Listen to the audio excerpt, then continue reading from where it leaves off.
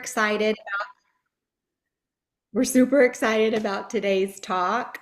Um, we'll just give a few more minutes to let people kind of come in. While we're doing that, I would like to welcome everybody. I'm Casey, Executive Director of Cure Mito Foundation. My son was diagnosed with SIRF1 syndrome about 11 years ago. So I'm happy to be here to learn more about this really breakthrough talk about mitochondrial transfer. This was actually one of our most popular presentations at our symposium back in September, if you joined us for the virtual symposium. So we are thrilled to have Dr. Brestoff back.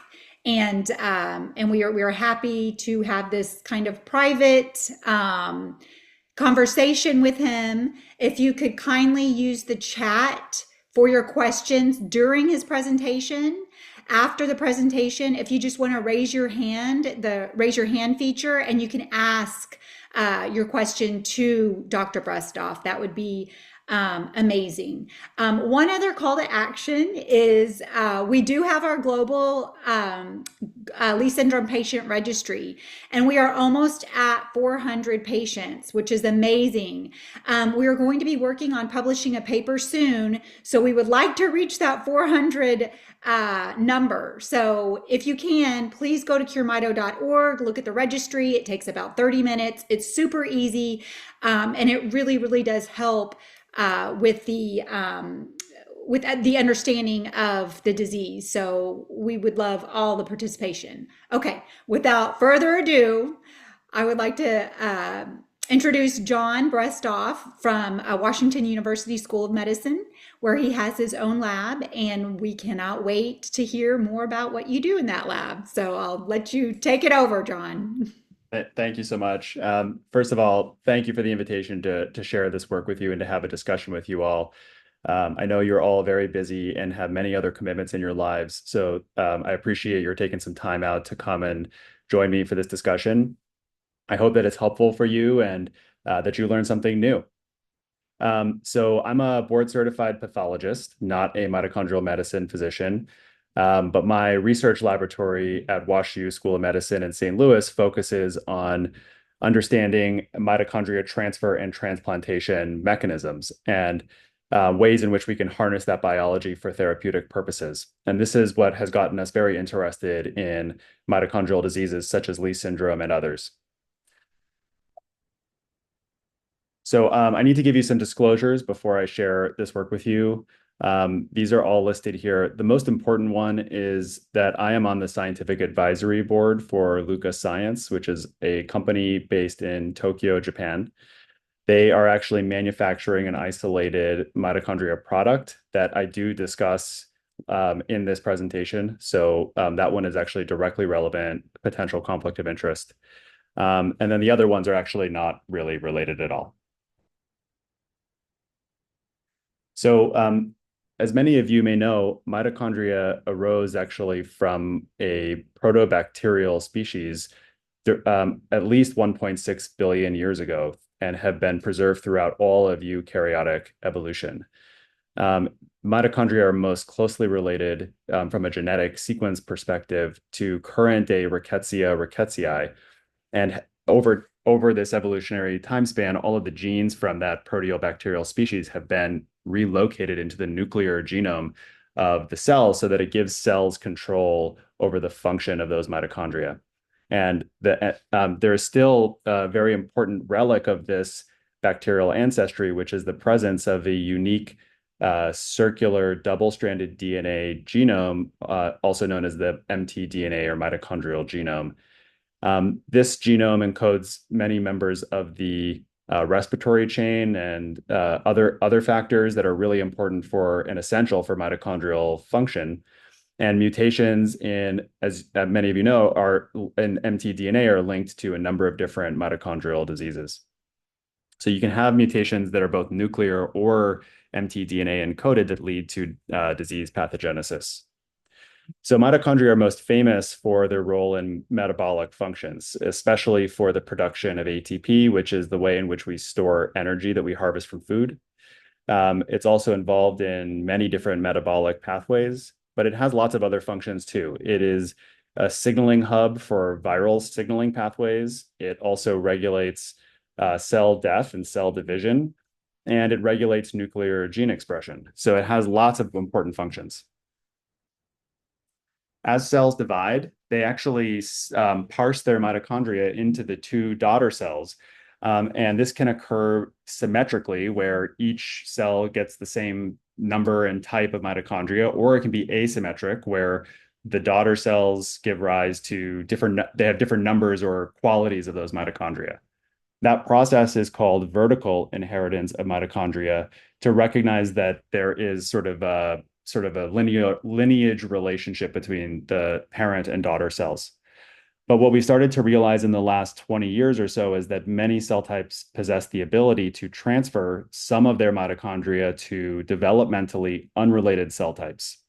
And this process has been termed horizontal or intercellular mitochondria transfer. This biology has actually been observed in lots of different species, and they really span almost the entire diversity of the eukaryotic tree of life.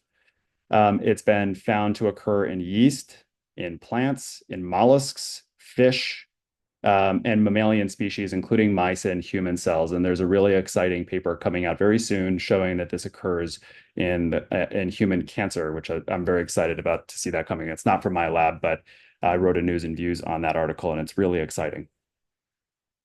So mitochondria transfer actually occurs through lots of different mechanisms, as this often occurs when something is really important for functionality. There are redundant mechanisms to facilitate that process. These mechanisms of transfer can be categorized in three ways. The first is that there's cell contact dependent transfer, where cells actually will form these intercellular connections, often called tunneling nanotubes. And that provides continuity between the two cells, and it allows for the passage of mitochondria. And it's been visualized, actually. It looks like a snake swallowing a rat, and the mitochondria just get pushed through this very thin structure from one cell to another. There are also release of these extracellular vesicles, which are just little blebs that come off of the cell's plasma membrane. And those can contain mitochondria, and then those can be taken up by the acceptor cell. And then the third mechanism is that cells can release free mitochondria, and those can then be also taken up by the acceptor cell. And there's some really interesting evidence to suggest that in some cases, these mitochondria can actually get out of the endosome and into the cell's cytoplasm, which is where they can perform their metabolic functions. So I wanted to show you one experiment just to show you this process and unfolding in real time. Seeing is believing.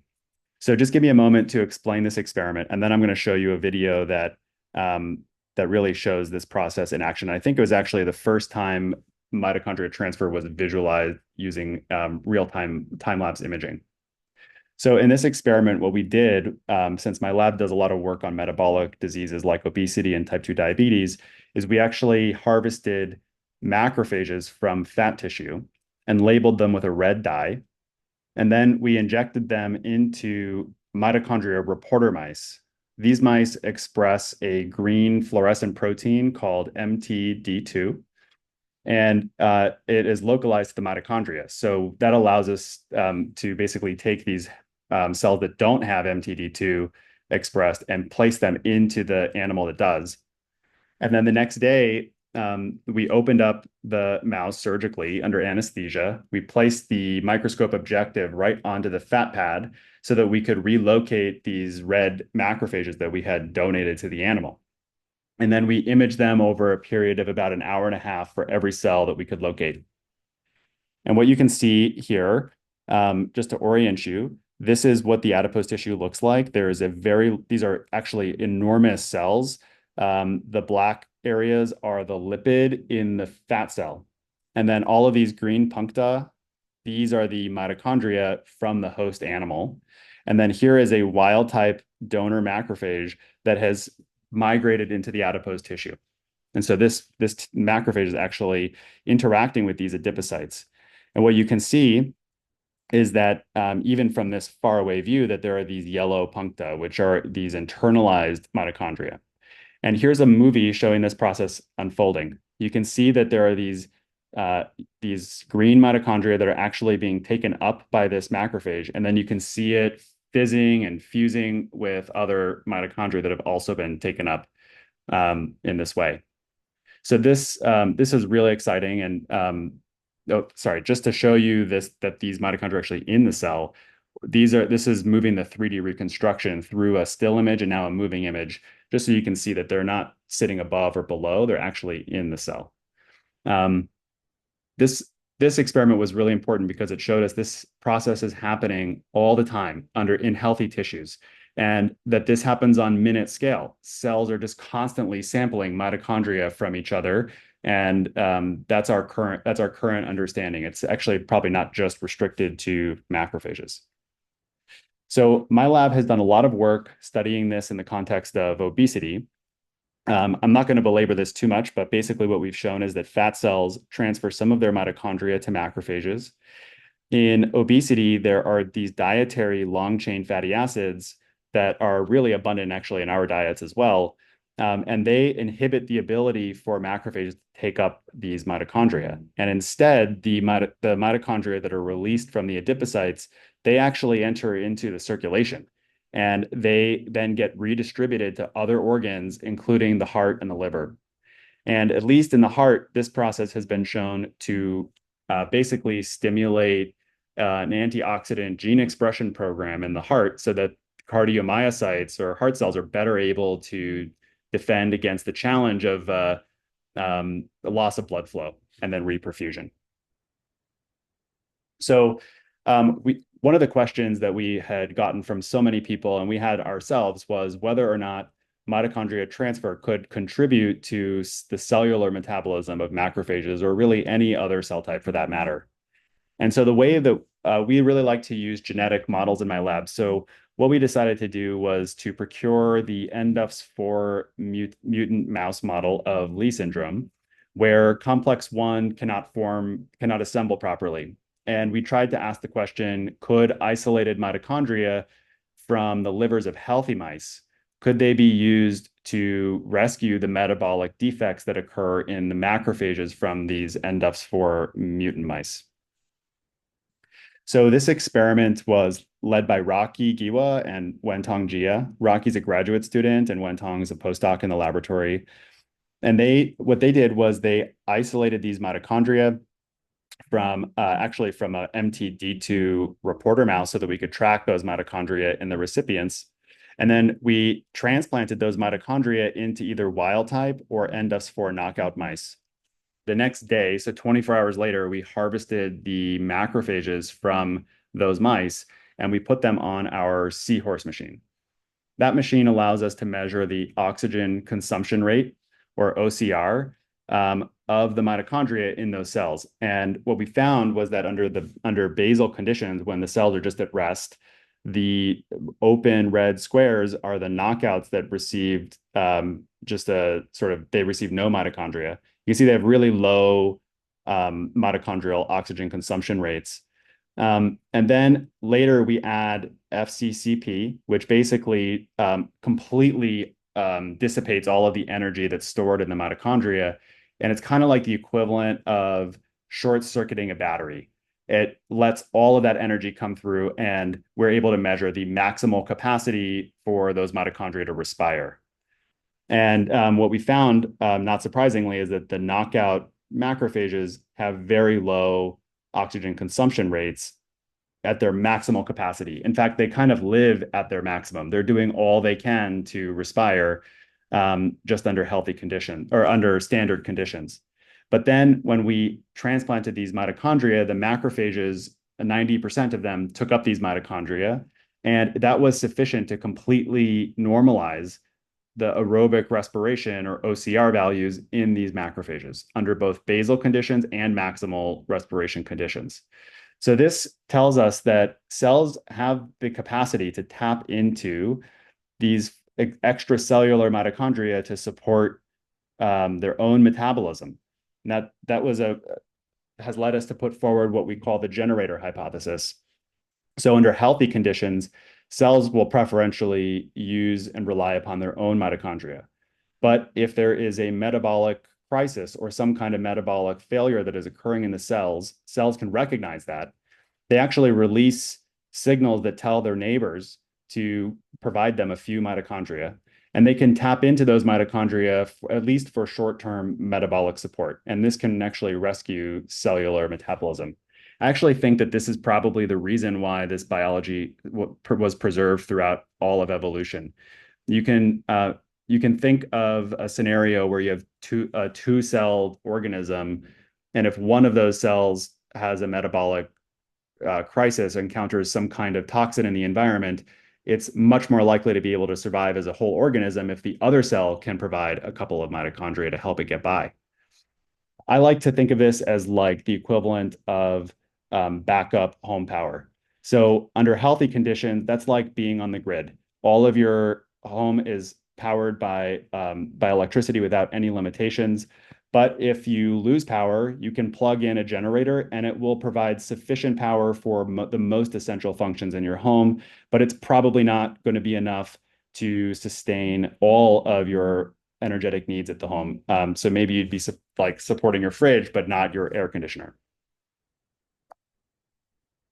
So there's a technique where, so we're really interested in actually not just trying to understand the mechanisms of the biology, but also to translate this into novel therapies and see if we can tap into this and harness the biology to treat patients who have inherited mitochondrial diseases. There's a technique that's been developed called mitochondria transplantation. This is a procedure in which mitochondria are isolated from a biological source, and then they are administered to an animal with therapeutic intent. There are two different types of mitochondria transplantation that have been described. The first is the most simple, which is simply to isolate mitochondria and to directly administer them to patients. There have actually been several clinical trials that have been published showing that this is safe when the mitochondria originate from the same person who is receiving those mitochondria. But that's actually not really amenable to primary mitochondrial diseases. So there's a real need for identifying other cell sources of these mitochondria. The second is cell manufacturing using isolated mitochondria. And there was a clinical trial that was done by Minovia, where they took stem cells from patients with Pearson syndrome or Kara-Stern syndrome and exposed them to isolated mitochondria from the mother. The idea being that those are the most similar mitochondria to that patient's mitochondria while still being healthy. They, after 24 hours after that, they washed off all the extra mitochondria, took the stem cells and did a stem cell transplant back to the patient. And the clinical trial demonstrated that at least within a 6-month follow-up period, that there was improved quality of life metrics and reduced anemia in these a fairly small number of patients. It's a very rare disease, so there are really only probably 150 documented cases at any given time. So these are the two methods, and we wanted to know whether or not we could do mitochondrial transplants to treat diseases like Lee syndrome using the NDUFS4 model. So to test that, Stella Varnum in the lab, who is a graduate student who was the co-first author on this paper we published in Nature Metabolism last year, she administered either PBS or purified wild-type healthy mitochondria isolated from livers of healthy mice. She administered them once per week to NDUFS4 deficient mice. This model of Lee syndrome is brisk. The mice, 50% of the mice die by the age of 50 days. And so there's a very limited window of opportunity to intervene for this particular model. I would say this is a model of severe Lee syndrome. And some of the more mild forms or mutations that produce less severe, faster paced disease, this does not really model that super well. And there's a need for that in the field. And what Stella found was that just simply administering these mitochondria led to a substantial improvement in true survival of these mice. Um, the things to point out are that we actually doubled the time span until the first death in these animals. And we also had about a 30% extension of the median survival. And so we feel that this led to an improvement or at least a delay in the progression of Lee syndrome, but it does not cure Lee syndrome. There's still progression of the disease, it's just delayed.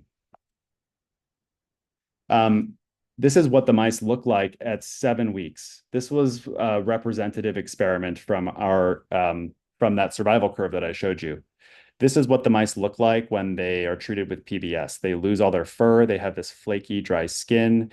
They have really, they're very ataxic. They have this hind limb paralysis. You can see them doing this leg splay here. Mice don't do that unless they have neurologic dysfunction. They also don't shred their nestlets, which is a behavior you see when mice are less interactive with their environment. But when the mice are treated with mitochondria very quickly, within 1 to 2 weeks, in most cases, they regrow their fur coat. It's not completely normal. You can, I don't know if it comes through for you, but you can see here these long, scraggly hairs. That is not typical a coat appearance for a mouse. So it's not completely normal, but it is a substantial improvement and suggests that there is a broader systemic effect of mitochondria transplantation in these mice. And then you can see they generally look more robust. They shred their nestlets, so they're more interactive, and they are more exploratory of their environment. One of the most important neurologic function tests that we perform on these animals is called the rotor-rod test. This is kind of like the spinning log on a river. We place the mice on this gray bar, and then we either let it just be stationary if the mice can't really maintain balance, or if they are able to maintain balance, we very slowly start to accelerate a rotation, and we are measuring the time until they fall off the rod and they land onto a soft pad. And what you can see is that the PBS treated mice were actually able to maintain balance on a stationary rod. So we left it stationary. And you can see that the mitochondria treated mice have substantially improved rotor rod performance. So that's time until they fall. And then what we decided to do as well is, because PBS is not really the best control, we decided to do this experiment where we took either wild type mitochondria or mitochondria from NDUFS4 knockout mice, and then we transplanted those mitochondria and found that only the wild type mitochondria could rescue, whereas the knockout mitochondria could not. So this really suggests that there is a feature of the mitochondria that is conferring this improvement in Lee syndrome severity.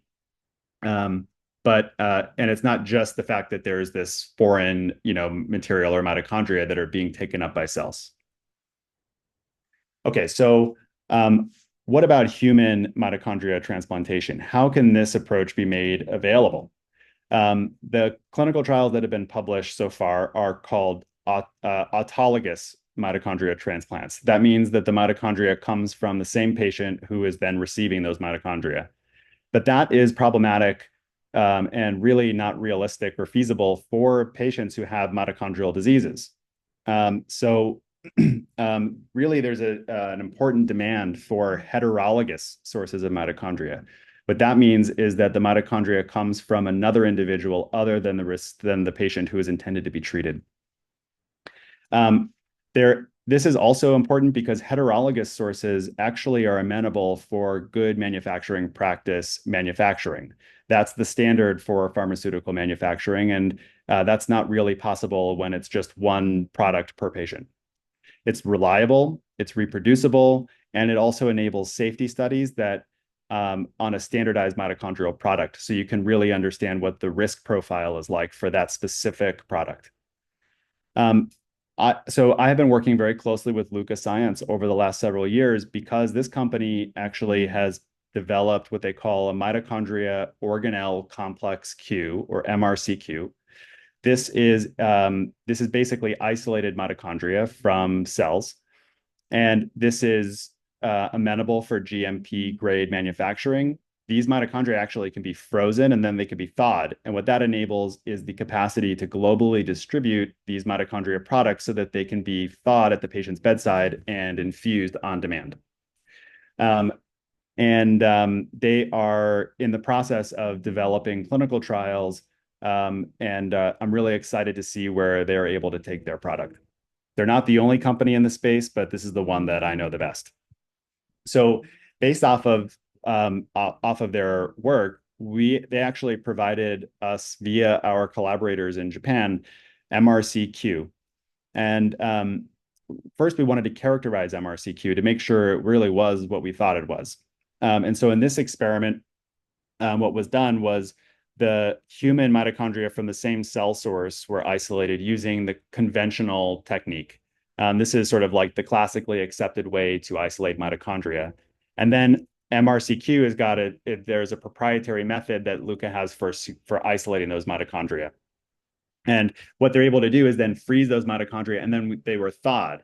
And so all this data is actually after the freeze thaw. And what you can see is that the human mitochondria or the conventional mitochondria isolation after that thaw, they can't really produce ATP.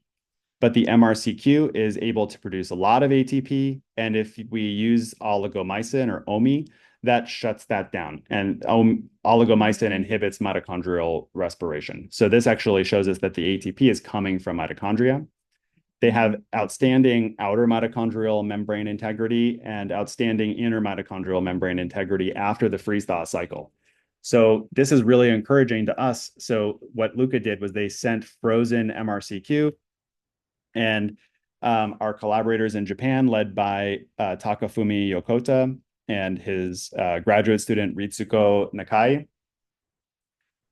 administered MRCQ to the same NDUFS4 knockout strain of Lee syndrome. And what they found was that even administering these human mitochondria to mice extended lifespan in these animals. They also regrew their fur coat, just like what we saw with the mouse mitochondria. It's not exactly the same. Human mitochondria actually don't get maintained by mouse cells. They are able to fuse, but they can't be propagated. And so that's actually a limitation of this. So the fact that we see anything is actually really encouraging. I think this is the last data slide. To try to characterize them a bit better, they hung the mice off of a wire and they measured the time until they have to let go. And it's a measure of grip strength. And what they found was that MRCQ treated animals had substantially better grip strength. And then they also looked at the righting reflex. In this case, faster is better. And the righting reflex is where you place a mouse on its back, and the righting reflex is its ability to flip back over onto its forepaws. A healthy mouse, you can't even place it on its back. It will just instantly revert to its paws. An NDUFS4 knockout mouse, you can place it on its back and it lays there for a second or two. But the MRCQ treated mice are able to really resist that in at least half the cases. They just quickly land on their feet.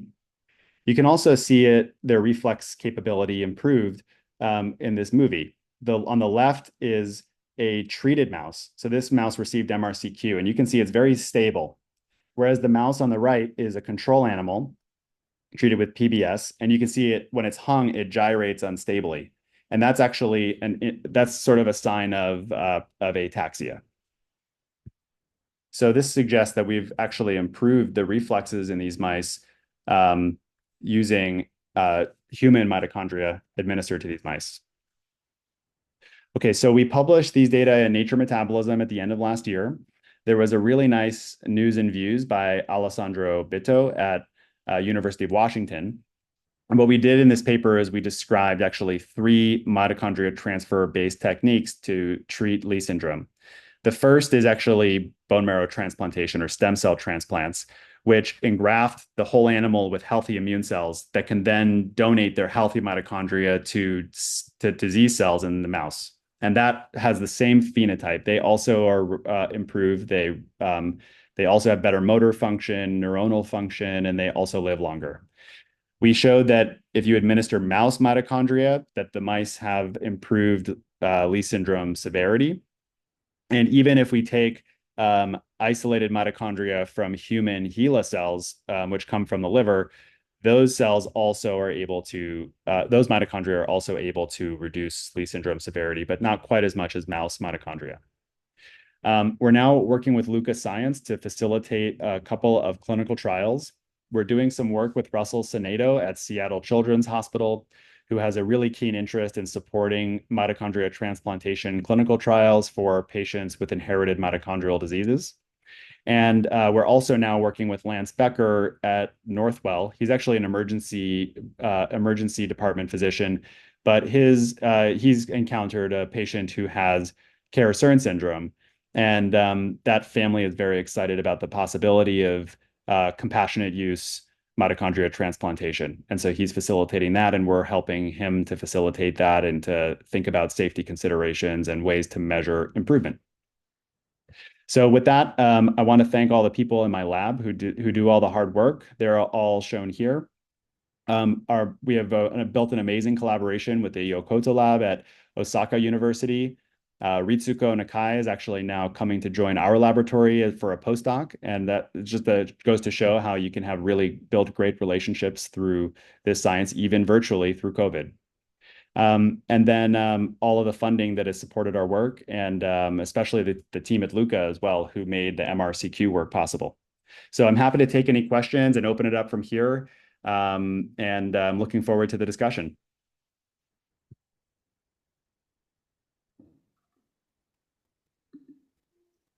Thank you. Thank, Oh, yeah, go ahead, Bill.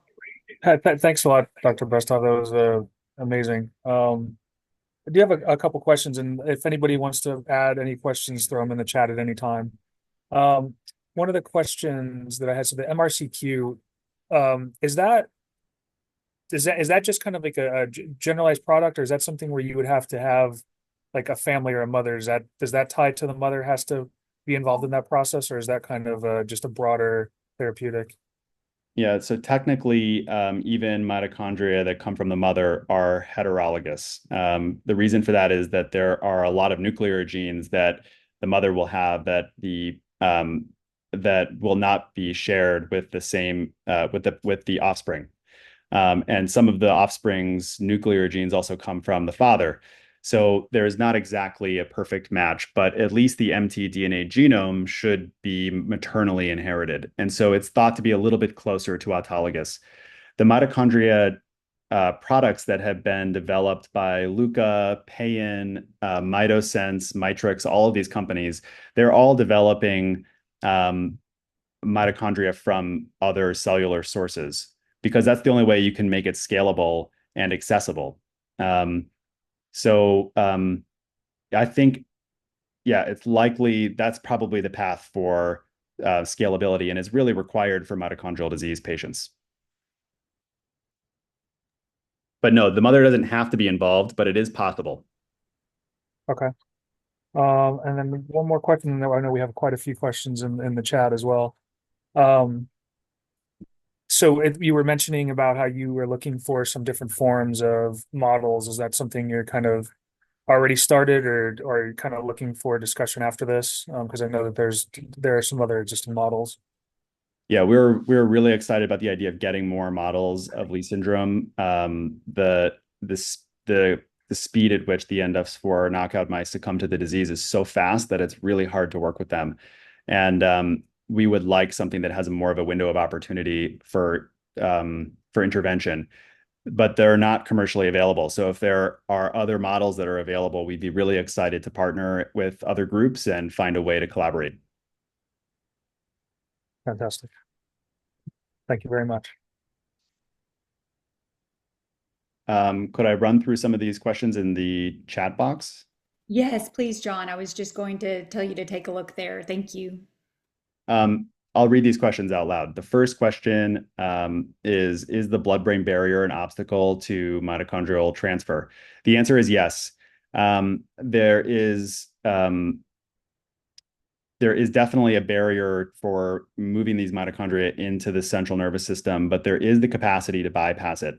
There's some work that suggests that you can engineer the mitochondria to actually encode factors that help it get across the blood-brain barrier. There are some cell types like astrocytes actually that can sample the mitochondria from the circulation. It's not as efficient as systemic administration. I will say we didn't publish it, but we did do the experiment where we administered the mitochondria directly into the central nervous system. And that also improved Lee syndrome. And we were only able to do 4 treatments, and it's technically very difficult to do those surgeries. So, but they were markedly improved, and it completely rescued the midbrain neurodegeneration that occurs in the basal ganglia in those mice. So yes, if we can bypass the central nervous system, it likely would work better. And there's an opportunity for that. Okay, the next question: where do you obtain the human mitochondria that you're using in trials? There are several companies that are entering into clinical trials using isolated mitochondria.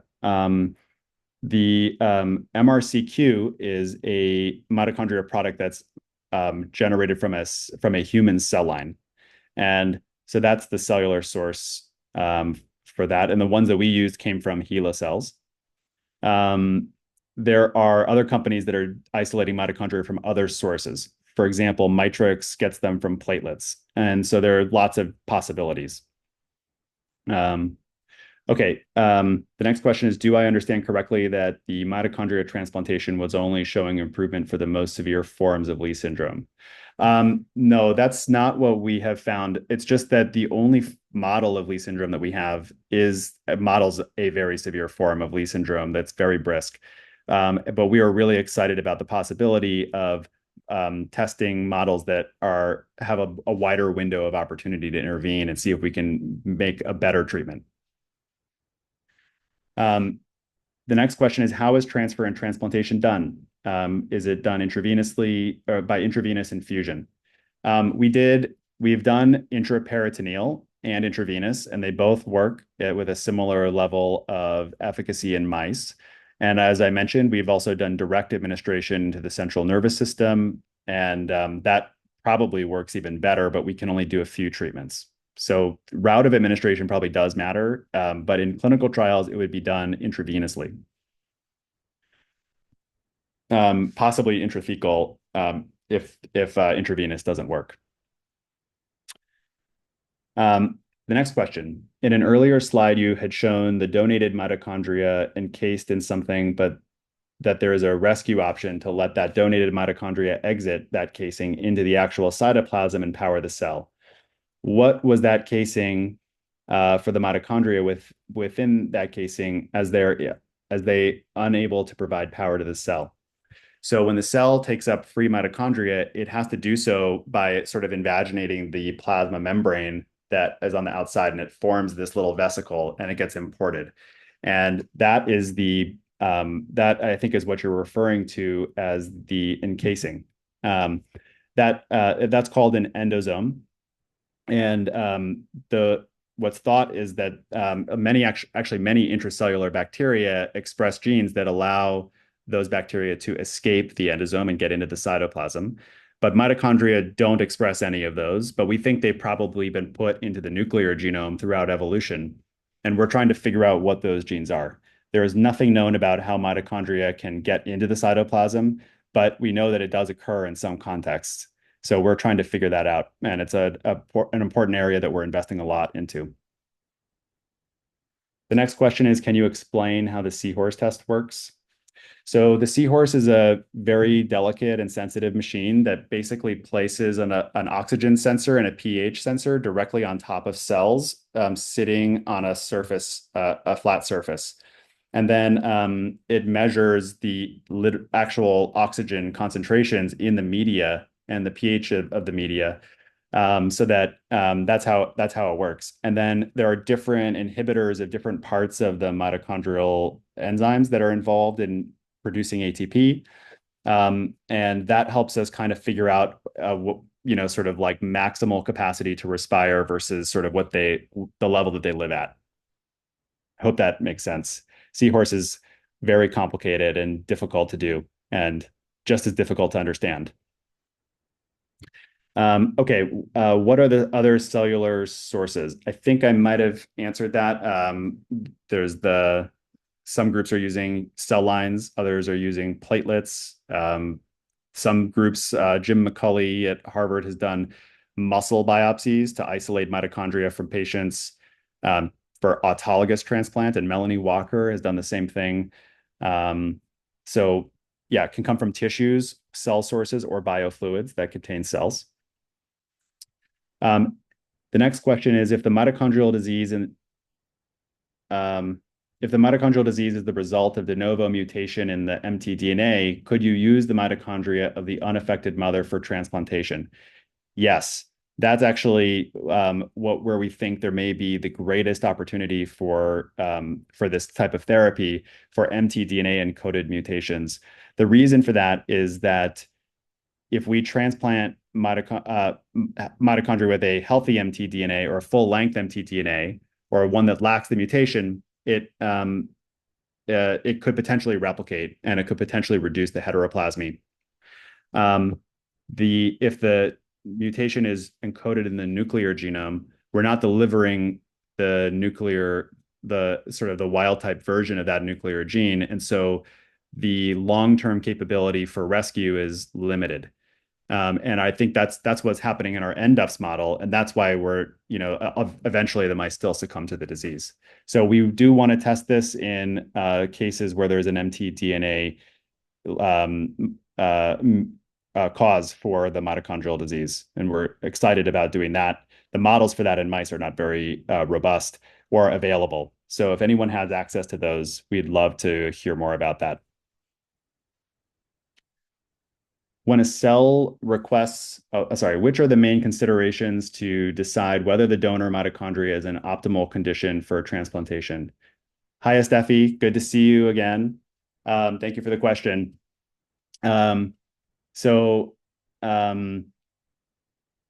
This is an area where I think there probably needs to be some more thought from academics and also industry partners. What really constitutes the optimal product for mitochondrial transplantation?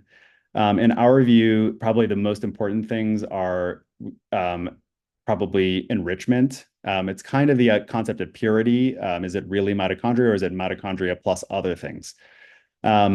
Outer mitochondrial membrane integrity and inner mitochondrial membrane integrity are very important because you could get a lot of pro-inflammatory factors if there's damage to those membranes. There should be a detection and characterization of the mtDNA to ensure that there is not a delivery of a pathogenic variant. And we probably also need to know about the size and the number of mitochondria in the product. And so that's probably the minimal requirements for adjudicating which product is best.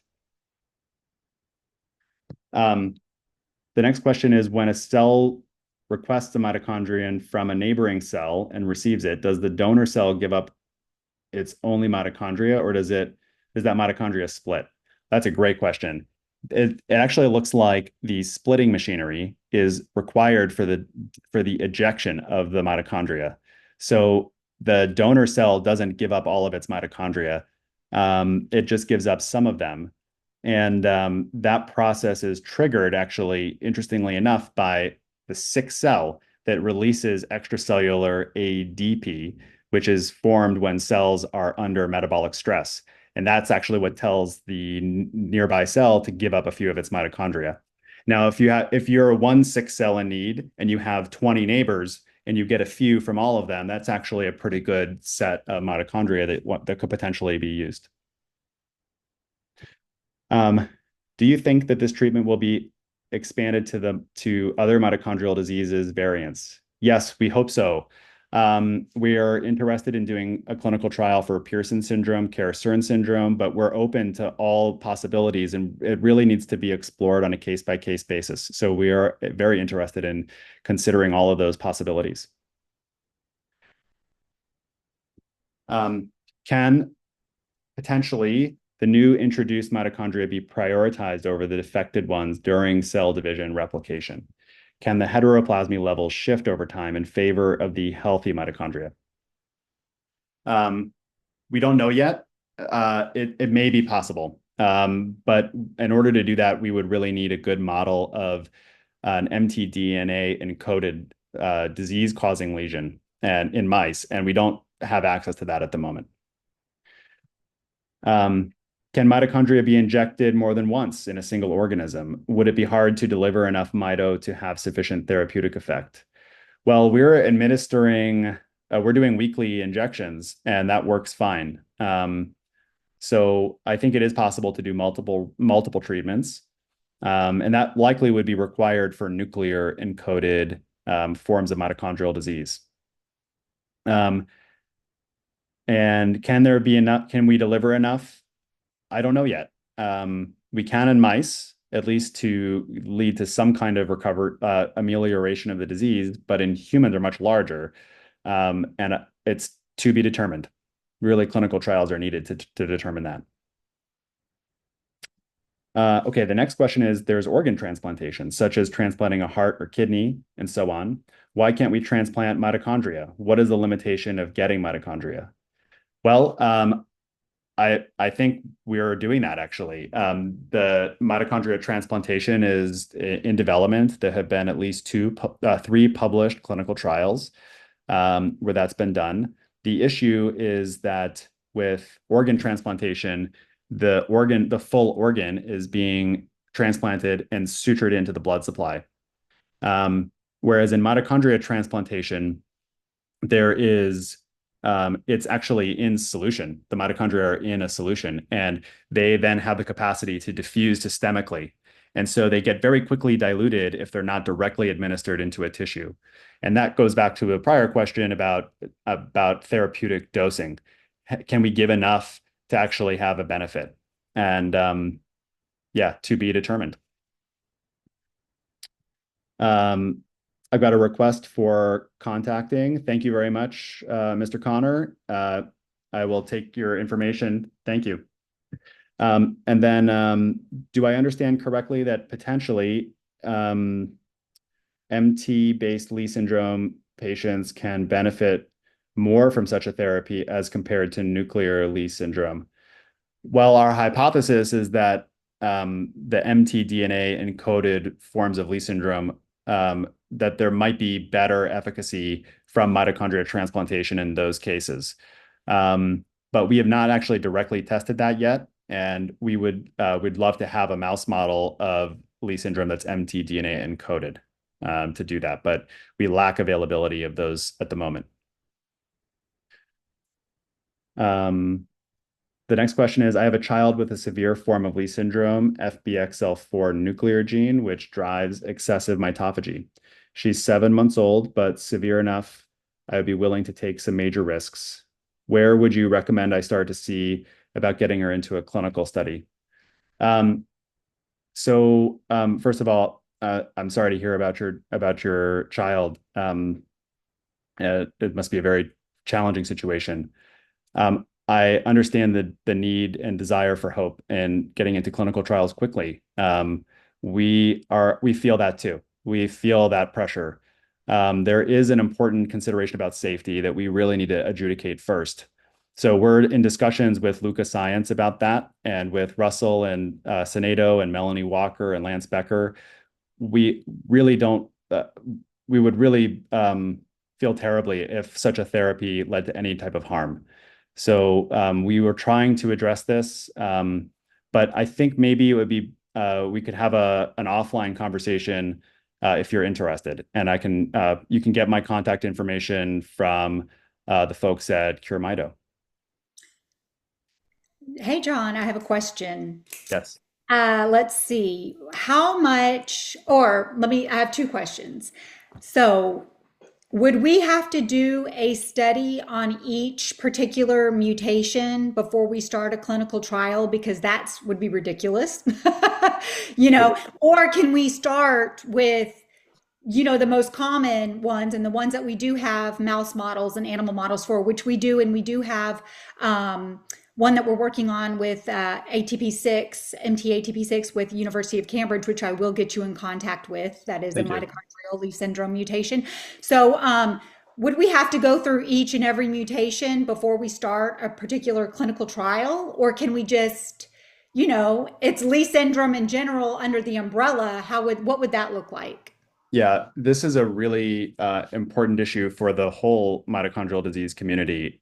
We're sort of thinking that the ideal scenario would be to do a basket trial design where we are inclusive of as many disease subsets as possible and as many mutations as possible, because they're all distinct in terms of the rate of progression, the severity of disease, and even with across individuals with the same mutation, it can vary.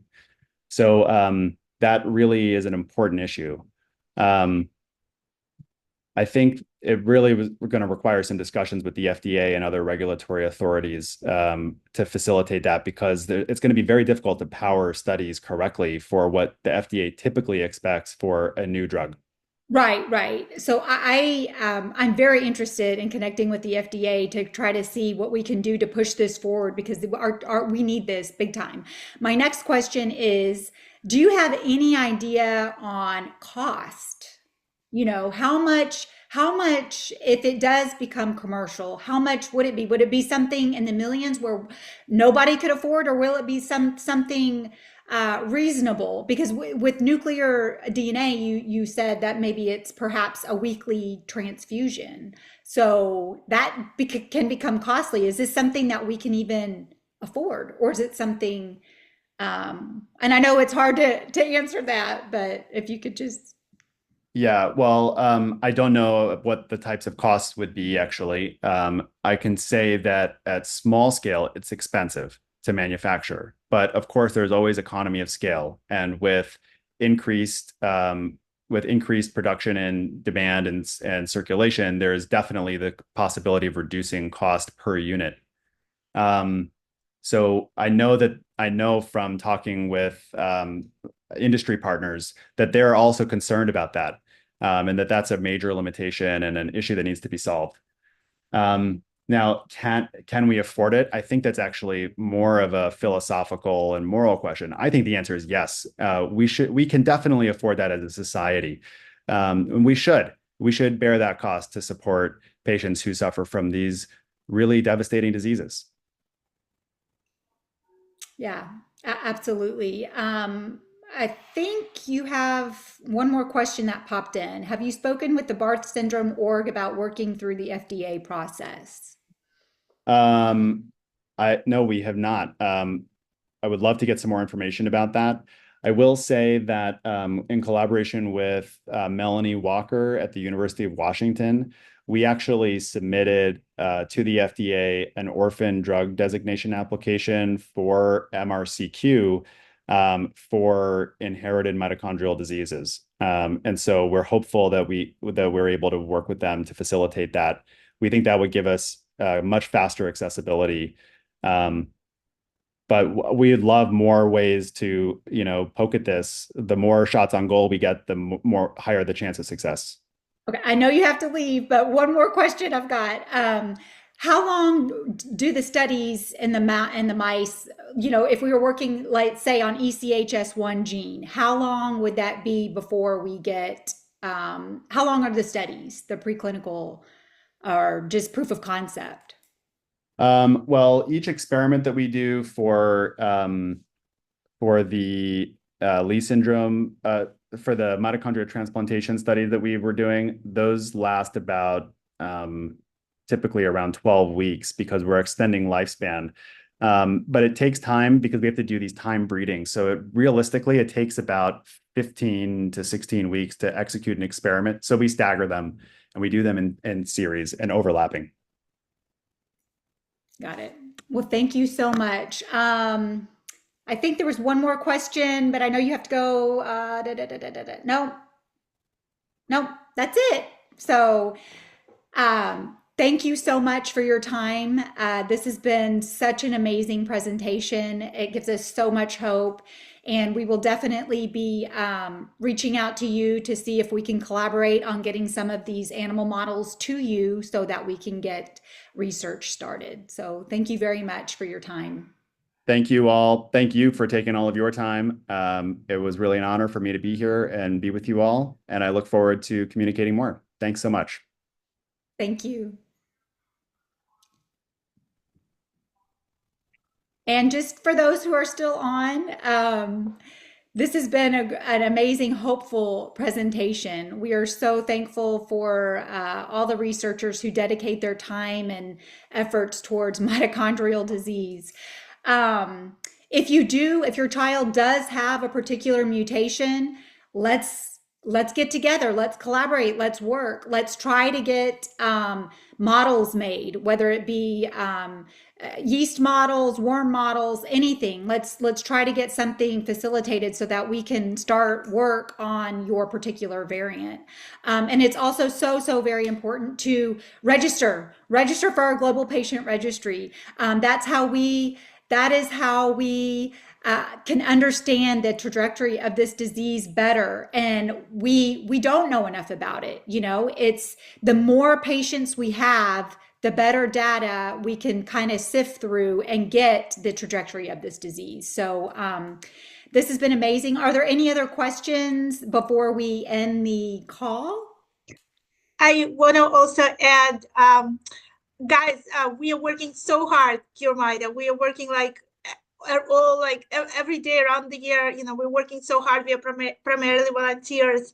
So if you like what we're doing, if you like what we bring to the community, and you want to volunteer, be involved, please reach out.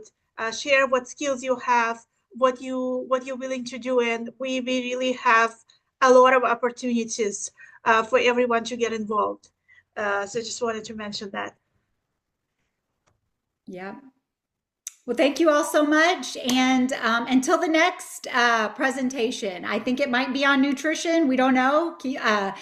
Stay tuned. Stay tuned. So everybody have a great day.